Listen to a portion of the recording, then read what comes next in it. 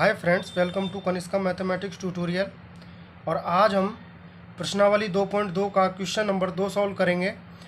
इसमें दिया है पूर्णांकों के निम्नलिखित युग्मों का महत्तम समावर्त एवं लघुत्तम समावर्त ज्ञात कीजिए और सत्यापित कीजिए कि HCF गुना LCM इक्वल टू पूर्णांकों का गुणनफल। देखो, इसमें हमको दो धनात्मक पूर्णांक दिए होंगे और उनका LCM निकालना है और HCF निकालना है, और यह सत्यापित करना है कि LCM और HCF का गुणनफल उन दोनों धनात्मक पूर्णांकों के गुणनफल के बराबर होगा। देखिए, सबसे फर्स्ट पार्ट है इसका 96 और 404।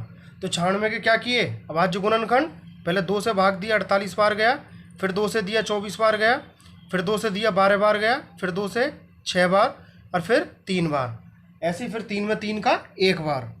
ठीक है, ऐसे 404 के किए, 2 से भाग दिया 2 से 2 बार गया, फिर 2 से दिया 101 बार गया, और फिर 101 में 101 का ही भाग जाएगा, इससे पहले किसी भी संख्या का भाग नहीं जाएगा। तो यहाँ पे 1, तो यहाँ पे 96 का भाज्य गुणनखंड लिख दिए 2 गुना 2 गुना 2 गुना 2 गुना 2 गुना 3।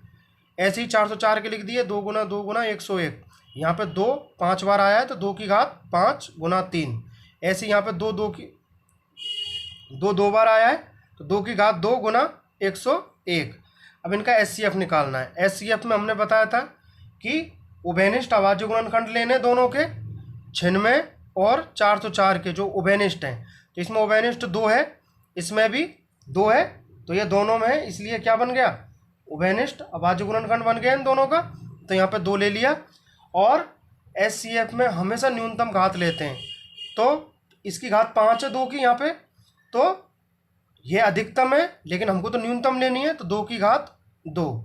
और 3 यहाँ पे कॉमन अभाज्य गुणनखंड नहीं है, इसलिए नहीं लिया। और 101 भी यहाँ पे अभाज्य गुणनखंड नहीं है कॉमन दोनों में।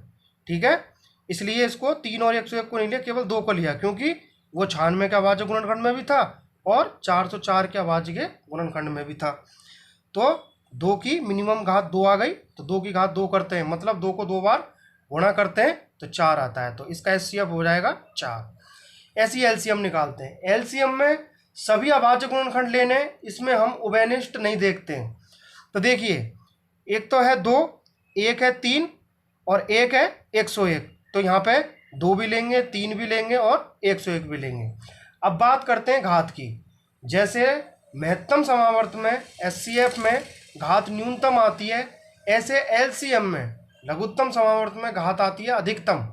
तो यहाँ पे 2 की अधिकतम घात बताइए कितनी है, 5 है। 3 की अधिकतम घात 1 है और 101 की भी अधिकतम घात 1 ही है।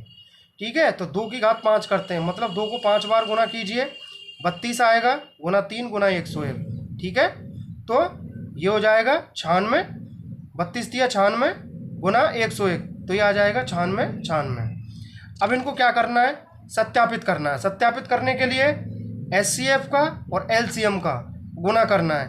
तो HCF आया 4 और LCM आया 96। तो 4 गुना 9696। ठीक है, जो ये गुणनफल जो आएगा ये किसके बराबर आना चाहिए, जो गुणनफल 96 और 404 का आएगा वही इन दोनों के गुणनफल आएगा। तो देखिए, HCF गुना LCM बराबर पूर्णांकों का गुणनफल।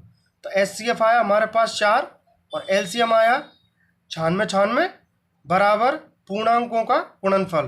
तो 96 और 404 इनका ही तो निकाला था HCF और LCM, तो इनको गुना करेंगे तो आएगा 38,784। ऐसे इनको गुना करेंगे तो आएगा 38,784। इसका मतलब ये सत्य है, LCM और HCF का गुना किसके बराबर आ गया, दोनों पूर्णांकों गुणनफल के बराबर आ गया। Okay, thank you so much.